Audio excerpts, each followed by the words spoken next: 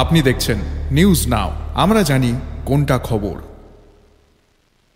केंद्र की भाजपा सरकार विपक्षी सरकार को मुश्किल में डालने और अपनी सरकार बनाने के इरादे से मंत्री को हटाने का विधेयक लेकर आई है। पूर्व मुख्यमंत्री मानिक सरकार ने जोगिंद्रनगर में पार्टी के एक कार्यक्रम में यह आरोप लगाया।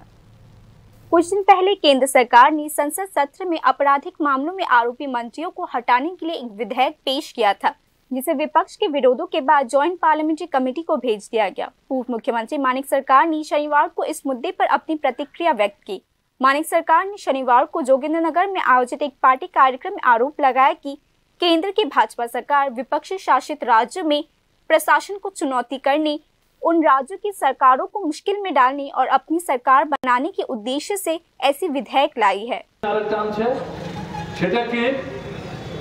প্রধানমন্ত্রী, কেন্দ্রের মন্ত্রী, রাজ্যের মুখ্যমন্ত্রী, রাজ্যের মন্ত্রী তাদের বিরুদ্ধে যদি কেউ অভিযোগ করে, মামলা যদি চলে এবং এরা যদি 30 দিন পুলিশের কাছে আবদ্ধ থাকে অথবা জেলে থাকে, এর মধ্যে এরা যদি পদত্যাগ না করে 30 দিন শেষ হওয়ার পর 31 দিনের মাথায় স্বাভাবিকভাবেই এই আইনের জোরে তারা ক্ষমতা পায়। তার অর্থটা কি?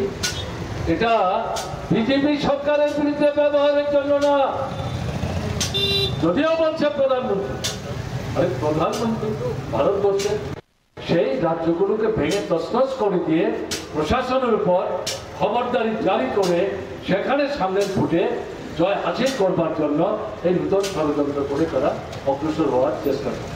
बिहार में स्पेशल इंटेंसिव रिवीजन के नाम पर 65 लाख वोटर्स के नाम वोटर लिस्ट से हटाया जा रहा है। सीपीआईएम के पूर्व पॉलिट ब्यूरो सदस्य ने भी आरोप लगाया कि आने वाले दिनों में असम, वेस्ट बंगाल, तमिलनाडु और केरला में भी इसी तरीके से मतदाताओं के नाम हटाए जाएंगे।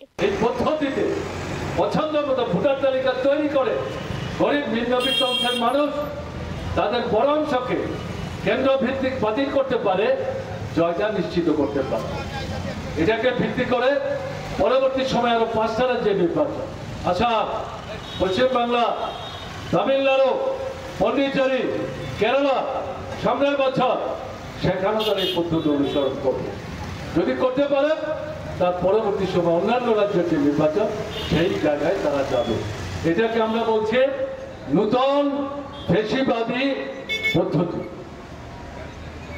বাইরে গণতন্ত্রের আলখাল্লা, ভেতর থেকে তাদেরকে আপনি ভোট দেব, বরং তারা উল্টো ভাবছে আমরা যদি ভোট দিতে যেতে পারি তাহলে তারা জিতবে না, তারা হারবে।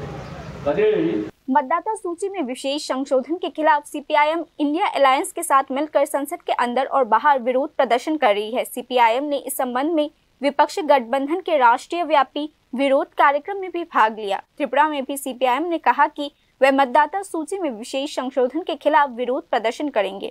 Report news now.